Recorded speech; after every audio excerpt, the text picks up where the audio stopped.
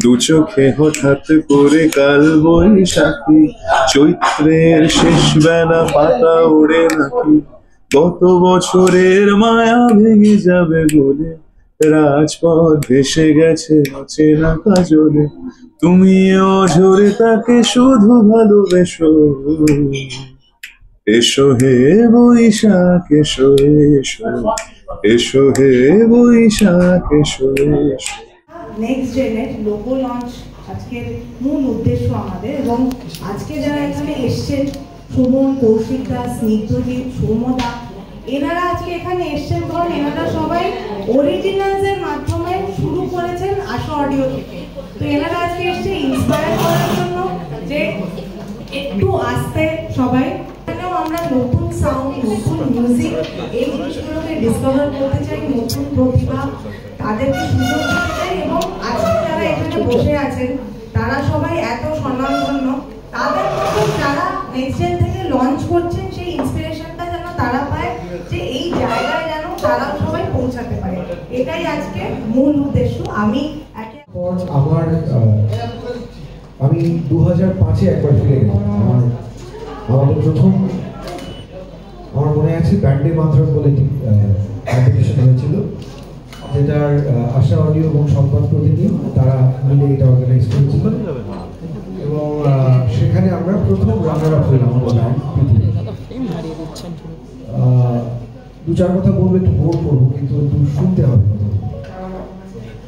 সেই সময় যারা রানার আপ হয়েছিল, ফার্স্ট রানার আপ মানে আমরা পৃথিবী, তাদের সঙ্গে কোনো কন্ট্রাক্ট ছিল না, গান বাজনা মানে আমাদের অ্যালবাম বের করার কোনো কন্ট্রাক্ট ছিল না, কারণ চ্যাম্পিয়নরা একমাত্র অ্যালবামের কন্ট্রাক্ট পেয়েছে। আমার পার্সোনালি ব্যক্তিগতভাবে আমার ভীষণ মন খারাপ ছিল সেই ফাইনালের রাতটা। মৌহাদি, যার কথা উঠলো, মৌহাদি আমার আরেক মা, মানে আমি তাকে মায়ের মতন দেখি, বা এখনো তাকে মায়ের মতন পুজো করি। যারা সংবাদ মাধ্যমের বন্ধুরা এসেছেন, ধন্যবাদ। এরকম একটা ইনিশিয়েটিভের সাথে এত মানুষকে এত ক্যামেরাকে সামনে দেখতে পেতে, এবং গানের সাথে এত ক্যামেরা আমাদের দেখতে পাই না খুব সম্ভবত, ছবির সাথে দেখা যায়। আর দ্বিতীয়ত হলো, আমি শুরুর কথা থেকে শুরু করি 2012 সাল, 12-13 সাল বলতে। আমরা একটা রিয়েলিটি শোর প্ল্যাটফর্ম থেকে আমি, স্নিগ্ধ, সবাই উঠে এসেছি, সেটার নাম হচ্ছে বাংলা সারেগামাপা। সেখানে সেই বছর আশা অডিও সেটার অডিও পার্টনার ছিল, এবং আমার প্রথম অ্যালবাম বলতে যেটি বোঝায়, সেই অ্যালবাম অপেক্ষা এবং মহুয়াদি দাঁড়িয়ে থেকে সেই অ্যালবাম লঞ্চ হয়, এবং অ্যালবামটা একটা অদ্ভুত অ্যালবাম ছিল, রবি ঠাকুরের গানের অ্যালবাম। কিন্তু গিয়েছিলাম আমরা প্রায় 4 জন, অ্যারেঞ্জ করেছিল জয় সরকার, গিয়েছিলাম আমি, কুশল, আমার সাথে যে যুগ্ম চ্যাম্পিয়ন হয়েছিল, তার সাথে সোমলতা এবং অনিন্দদা গিয়েছিলাম, আমরা 4 জন গিয়েছিলাম। তো এইটা হয়ে গেছিল প্রায় 13-14 সালে রিলিজ হয়েছিল এই অ্যালবামটা। তারপর আমি টুকটাক, যেহেতু আমার বাংলা নিয়ে পড়াশোনা, আমি লিখতাম, শুট করতে পারতাম না খুব একটা ভালো, এবং সেগুলো মন মতো হতো না, কিছুটা এই ঘেঁষা ওই ঘেঁষা হয়ে যেত, কিন্তু সেই জন্য নিজেরও পছন্দ হতো না। তারপরে মোটামুটি 16-17 সাল থেকে আমার সমসাময়িক যারা, তারা দেখলাম বেশ একটা গান, মোটামুটি 2 স্তবকের একটা গান দাঁড় করাতে পারে। পৃথিবীর গান শুনে ধরো, চন্দ্রবিন্দুর গান শুনে, ভূমির গান শুনে, তখন আমরা সবাই ইন্সপায়ার হচ্ছি। দেখছি মোটামুটি আমাদের সাথে যারা গান বাজনা করছে একটা গান দাঁড় করিয়ে ফেলতে পারছে মোটামুটি। তো আমি একটা মোটামুটি শুরু করে সেটাকে লেখার চেষ্টা করলাম, প্রথমে শুরুই করেছিলাম। তারপরে মহাদি বলি, মহাদি দেখো তো এটা শোনার মতো যোগ্য। স্নিগ্ধ ভাই একটু দাদার কাছাকাছি আসুন। না না ঠিক আছে, লোগো সব মাঝে, লোগো আমাদের মাঝে আছে। একটু ছবি আছে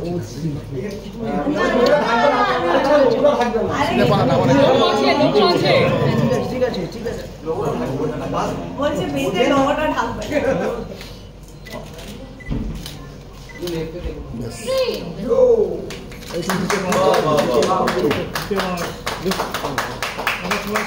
এবার একটু সবাই সামনে, সবাই একটু সামনে, সবাই একটু সামনের দিকে দেখুন। আমরা আনভেল করব। দাদা আপনি ক্যামেরাটা ডান দিকে রাখুন, সবাইকে দেখা যায় না, সবাই দেখছে পেছনে। আরে মোবাইলটা একটু ব্যাকে করো না। মোবাইলটা কি হচ্ছে? ডিরেক্টর কি করেছে? মোবাইলটা দিল না। গাড়ি কে ম্যাডাম মোবাইলটা আউট করতে বলা হচ্ছে ডান দিকে। খুলে 1 2 3 ভিতরে আসুন, একটু সামনের দিকে সবাই। একটু হোল্ড করবেন, একটু হোল্ড করুন, সামনের দিকে হয়েছে, একটু সরে আসুন, আমাদের ছবিটা করতে দিন। নতুন যে কোনো কিছুর সাথে আশা অডিও প্রথম থেকেই রয়েছে আমি জানি। নতুন বাংলা ব্যান্ড, নতুন অরিজিনাল শিল্পী সবাইকে হাত ধরে তুলে এনেছেন, আমাদের সবাইকেও তুলে এনেছেন, নতুন গান গাইতে সবসময় উদ্বুদ্ধ করেছেন। সো দ্যাট সেরকমই একটা ইনিশিয়েটিভ নিয়ে নেক্সট জেন এই প্ল্যাটফর্মটা তৈরি হলো। আশা করি আমাদের প্রজন্ম, আমাদের পরের প্রজন্মের অনেক অনেক ছেলে মেয়ে যারা খুবই যত্ন নিয়ে গান বাজনা করেন এবং ট্রেন্ডি, এবং আমাদের বাংলার তো একটা সাউন্ড ওয়াইজ একটা এস্থেটিক রয়েছে, সেটাকে বজায় রেখে গান বাজনা তৈরি করেন, সেরকম অনেক ভালো গান আমরা শুনতে। একজন শিল্পী হিসেবে এই উদ্যোগকে সাধুবাদ জানাই। দারুণ একটা উদ্যোগ, কারণ সত্যিই তো মানে এখন তো প্ল্যাটফর্ম অনেক, আর প্রচুর আর্টিস্ট উঠে আসছে, মানে পুরো ওয়েস্ট বেঙ্গল থেকে বলো, প্রত্যন্ত গ্রাম থেকে অনেক, আমি নিজে যেহেতু গ্রামের ছেলে আমি রিলেট করতে পারি যে প্রচুর শিল্পী উঠে আসছে। তাদের একটা বিশ্বস্ত প্ল্যাটফর্ম দরকার যেখানে তারা তাদের গানকে অনেক মানুষের কাছে পৌঁছে দিতে পারে, হ্যাঁ, এবং প্রপার ওয়েতে। তো সেক্ষেত্রে একটা অনেক বড় ভূমিকা পালন করবে আমার বিশ্বাস। আশা অডিও যখন থেকে মানে কি বলবো, আশা অডিও যখন থেকে শুরু হয়েছে প্রচুর শিল্পী উঠে এসেছে আশা অডিওর হাত ধরে। তো আমি যেটা বলি, আমি যেখান থেকে বিলং করি, আমার কাছে আশা অডিওর সাথে কাজ করা একসাথে এটা একটা অনেক বড় স্বপ্ন পূরণের মধ্যে। আমি যেখান থেকে প্রত্যন্ত গ্রাম থেকে, সেই গ্রামটা ম্যাপেও আসে না, দক্ষিণ দিনাজপুরের শেরপুর একটা গ্রাম, সেখানকার একজন ছেলে আশা অডিওর সাথে যে কাজ করার সুযোগ পেয়েছিলাম, এটা সত্যি আমার কাছে একটা অনেক বড় পাওয়া। তো আমার মনে হয় যে এরকম প্রচুর ছেলেমেয়ে সুযোগ পাবে এই যে নতুন উদ্যোগ, এই উদ্যোগের সাথে সামিল হবে এবং তাদের গান, কারণ দেখো একটা কথা বলি, যারা আর্টিস্ট, যারা স্টেজে পারফর্ম করে বা নিজের গানকে পৌঁছে দিতে চায়, তাদের উদ্দেশ্য কি? একটাই তো উদ্দেশ্য না যে আমাদের গান, আমাদের বানানো গান, কারণ অনেক ট্যালেন্টেড লিরিসিস্ট, অনেক ট্যালেন্টেড কম্পোজার যারা অ্যারেঞ্জমেন্ট করে একটা নতুন গানের সাথে রিলেটেড প্রত্যেকটা মানুষ, তাদের কাজ যখন মানুষের কাছে গিয়ে পৌঁছায় প্রপার ওয়েতে, মানুষের মনে জায়গা পায়, তখন সেই কাজটা সফল হয়, সার্থক হয়। তো আমার মনে হয় যে সেক্ষেত্রে একটা অনেক বড় ভূমিকা পালন করবে নেক্সট জেন আশা অডিওর যে এই মানে একটা নতুন উদ্যোগ। আমার মনে হয় যে অনেককে উপকৃত হবে, অনেক ভালো শিল্পী উঠে আসবে, তাদের গান মানুষের কাছে পৌঁছাবে এবং গান বাজনা নিয়ে যারা স্বপ্ন দেখে, কি বলবো, তাদের স্বপ্ন আশা করি পূরণ হবে। আমার তরফ থেকে অনেক শুভেচ্ছা ভালোবাসা থাকলো যে একটা গানের পেছনে যতটা খাটনি পরিশ্রম থাকে সেটা তো কেউ দেখে না। দেখো একটা কথা বলি, একটা 3 মিনিটের গানের পেছনে হয়তো 3-4 দিনের একটা পরিশ্রম থাকে, শুধু শুটিং এর কথা বলছি, গানটাকে বানানো, লেখা একটা অনেক বড় প্রসেস। তো যাই হোক, এই জিনিসটা অনেকটা ইন্সপায়ার করবে সবাইকে। তো আর কিছু বলার নেই। আমার তরফ থেকে সবাইকে অনেক বেস্ট উইশেস থাকলো। সবাই অনেক ভালো কাজ করুক, আর মানে ভালো গান তৈরি হোক, কারণ অরিজিনাল একটা আর্টিস্টের লাইফে কতটা ইম্পর্টেন্ট একটা অরিজিনাল গান। সেই গান যখন জায়গা পাই, সেটা তো সোনায় সোহাগা, সেটা ছেড়েই দিলাম, আমি নিজে সেটা ফিল করেছি যে আমি ফিল্মেও প্লেব্যাক করার সুযোগ পেয়েছি, বা আমি কোনো মিউজিক কোম্পানির সাথে অরিজিনাল গান করার সুযোগ পেয়েছি। দুটোর দুরকম প্রতিক্রিয়া হয়। ফিল্মের গান হাইপ পাবে, এটা খুব স্বাভাবিক।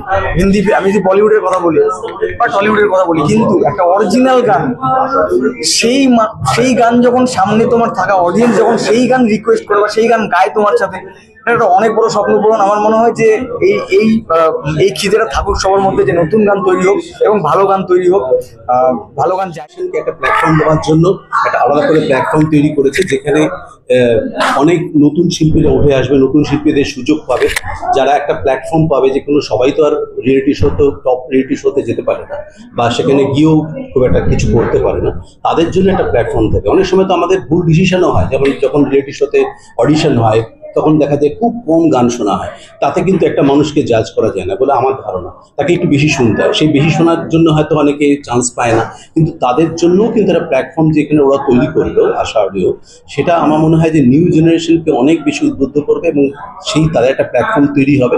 হ্যাঁ, একটা কন্ট্রোভার্সিয়াল ব্যাপার আমি বলেছি যে ইন্ডিভিজুয়াল চ্যানেল, ইউটিউব চ্যানেল প্রত্যেকেরই হয়তো, কিন্তু একটা কোম্পানির চ্যানেল যেখানে সমস্ত জায়গার লোক দেখবে, তার কারণ হচ্ছে যে কোম্পানিটাকে চেনে বলে দেখবে এবং এবং সেখানে কিন্তু নতুন জেনারেশন উপকৃত হবে, যেটা আমি বলছিলাম। তার মানে কি নতুন যারা গাইছে বা পুরোনো গাইছে ইউটিউব চ্যানেল করবে না? ডেফিনেটলি করবে, কিন্তু নতুনদের জন্য এটা খুব ডিফিকাল্ট হয়ে যাবে। যখন একটা প্ল্যাটফর্ম তারা পেয়ে যাবে তখন তারা নিজস্ব ইউটিউব চ্যানেল করতেই পারে, কিন্তু তার আগে একটা প্ল্যাটফর্ম দরকার যেখান থেকে মানুষ চিনবে। সেইটা কিন্তু আশা অডিও তৈরি করে দিল বলে আমার ধারণা, এবং সেখানে গান বেরোলেই লোকে ভাববে যে নিশ্চয়ই তার পোটেনশিয়াল আছে, না তো আশা অডিও কেন তাদের রিলিজ করবে।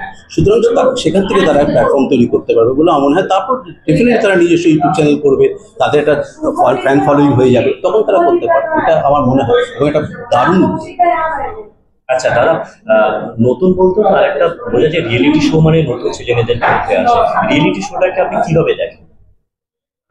হ্যাঁ, রিয়েল কতটা সেটা বলা খুব মুশকিল, এটা অনেকেই এখন সবাই জানে, কিন্তু সেখানে একটা মুশকিল হয় যে এখন পোস্ট প্রোডাকশন বলে একটা কথা আছে। পোস্ট প্রোডাকশনের কাজ তো আগে হতো না, রিয়েলিটি শো মানে যেটা হতো রটাই আমরা দেখতাম একটা সময়, এখন সেটা এখন পোস্ট প্রোডাকশন হওয়া মানে সেখানে কারেকশন হয়, এবং কি কারেকশন হয় সেটা আমি ডিটেলসে যেতে চাই না, কারণ এই ব্যাপার কন্ট্রোভার্সি আছে।